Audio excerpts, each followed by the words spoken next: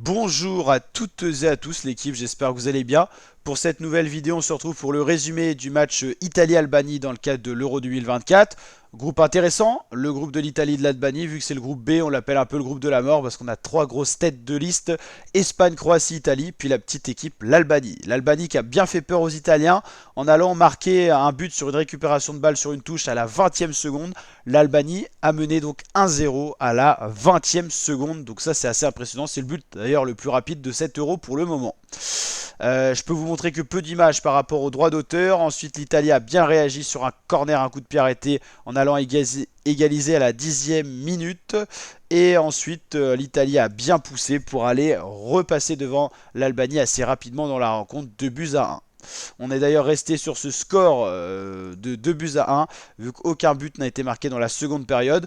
Vous l'avez compris, but à la 20e seconde pour Nedim Bayrami, qui a mis une superbe lucarne du côté droit du gardien.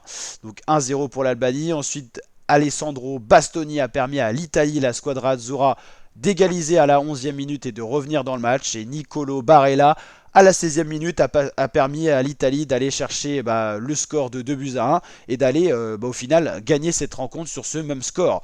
Italie 2, Albanie 1. L'Italie a su répondre présente et se rattraper par rapport à une petite bourde de début de match. Domination nette et sans bavure de l'Italie qui aurait pu marquer davantage de buts. 17 tirs, seulement 5 cadrés. Il y a eu quand même pas mal d'occasions de louper et de manquer du côté italien. 8 tirs tout de même pour l'Albanie, seulement un tir cadré, c'est le but.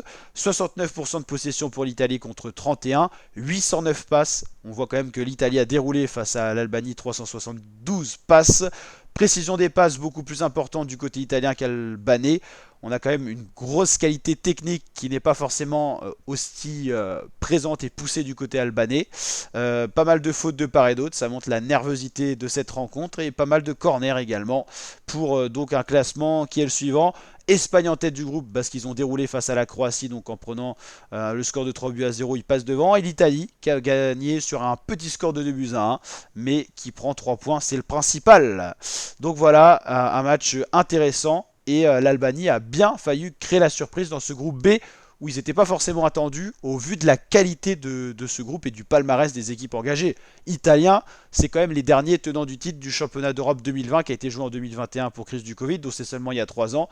Donc l'Italie vient là en Allemagne pour défendre son titre. Les Croates capables d'aller en finale de la Coupe du Monde comme en 2018, donc c'est pas n'importe qui. Et les Espagnols qui restent une grande nation du football européen, qui ont fait un doublé de l'Euro, notamment en 2008 et 2012, et en allant en plus en 2010 chercher la Coupe du Monde. Donc ils sont restés sur 3 victoires majeures et depuis le football espagnol c'est un peu perdu et là on est en train de le retrouver notamment avec des Alvaro Morata ou encore des jeunes pépites comme Lamine Yamal notamment du côté espagnol. Donc voilà la team, n'hésitez pas à liker si ça vous a plu, vous abonner et activer la cloche pour suivre l'Euro et puis je vous dis à très bientôt pour de prochaines vidéos. Ciao l'équipe.